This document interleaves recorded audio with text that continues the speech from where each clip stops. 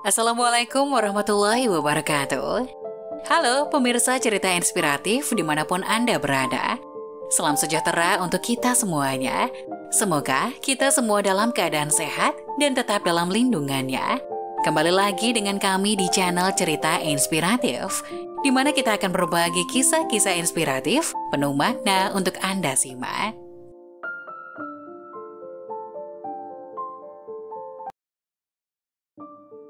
Istri curiga suami selalu pulang subuh lalu mandi. Sebuah rahasia besar pun terungkap. Seorang istri akhirnya menemukan sesuatu yang mengejutkan. Ini setelah penasaran dengan tingkah suaminya yang selalu pulang subuh dan langsung mandi dan cuci baju. Dilansir Tribun Sumsel dari vocatnews.com, sang istri mengaku lebih dari menjalani kehidupan rumah tangga dengan suaminya. Selama mengarungi bahtera rumah tangga, ia tidak merasa aneh dengan sikap sang suami. Namun beberapa minggu terakhir, suaminya kerap pulang subuh, langsung mandi dan mencuci bajunya.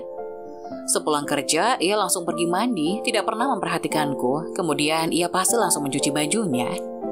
Hingga akhirnya, ia menemukan sesuatu yang amat mengejutkan setelah melihat keanehan yang dilakukan suaminya.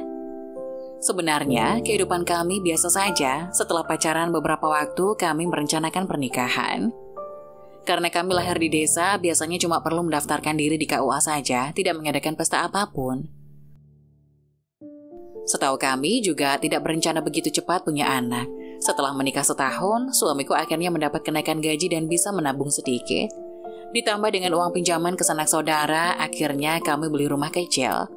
Di hari kami mendapatkan kunci rumah kami, suamiku memelukku dan berkata, "Istriku, aku berjanji akan memberikan keluarga bahagia. Mulai sekarang kita punya rumah yang sebenarnya. Kamu harus bersiap, aku akan berjuang. Kamu harus jaga kesehatan, kita akan segera punya anak." Aku mengangguk bahagia mendengar semua itu. Aku tak tahu aku yang salah atau suamiku yang berbeda sejak kami beli rumah. Karena harus mengembalikan uang pinjaman, ekonomi kami memang lebih sulit dan lebih banyak tekanan. Tapi sejak itu, suamiku sering berkata harus lembur. Awalnya aku pikir lembur seperti biasa, tapi dia harus lembur setiap hari dan pulang larut sampai jam 1 atau jam 2 subuh.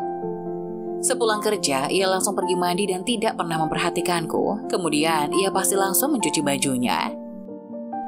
Saat itu, aku pulang kerja lebih cepat dan menunggu di depan kantornya. Ternyata suamiku benar-benar tidak lembur. Begitu jam pulang kerja, dia langsung keluar kantor dan mengendarai sepedanya. Tapi dia tidak pulang ke rumah. Hal ini membuat aku semakin yakin dia selingkuh. Apalagi dia pulang langsung mandi dan cuci baju karena takut aku mencium wangi wanita lain. Tapi kemudian aku melihat dia masuk ke sebuah restoran barbecue. Aku waktu itu diam di seberang jalan memperhatikan. Aku melihat dia keluar dengan baju putih dan mulai memanggang daging. Suamiku memang pernah bilang, dulu dia suka memanggang daging di rumahnya dan semua orang bilang daging panggangannya itu enak. Melihatnya sedang memanggang di sana, aku mulai meneteskan air mata. Aku memutuskan untuk menyeberangi jalan dan duduk di restorannya. Seorang pegawai menanyakan apa yang mau aku pesan. Aku cuma berkata, "Aku mau pesan minuman. Tolong antarkan ke koki yang sedang memanggang daging itu ya." Si pegawai itu merasa aneh, namun tetap melakukannya. Saat menerima minuman itulah, suamiku mengangkat kepalanya dan melihat aku. Lalu meminum habis minuman itu dan langsung menghampiriku. "Sayang, kenapa kamu bisa datang ke sini?" Aku langsung memeluknya dan berkata, "Aku tunggu kamu pulang kerja ya." Di saat malam itu, suamiku menjelaskan semuanya. Ia punya kemampuan memanggang dan tidak merasa lelah. Dia cuma ingin menghasilkan sedikit uang tambahan. Aku berkata pada suamiku, "Aku bingung kenapa kamu setiap pulang langsung mandi dan cuci baju. Ternyata kamu takut aku mencium bau asap dan daging. Aku malahan mengira kamu punya perempuan lain. Jadi hari ini aku pergi mencari kamu." Suamiku kemudian memelukku dan mencium keningku. "Mana mungkin, kamu adalah wanita yang paling sempurna buat aku. Gak ada orang yang bisa menggantikannya." Nah, bagaimana menurut kalian? Jangan lupa tulis pendapat kalian di kolom komentar ya. Wassalamualaikum warahmatullahi wabarakatuh.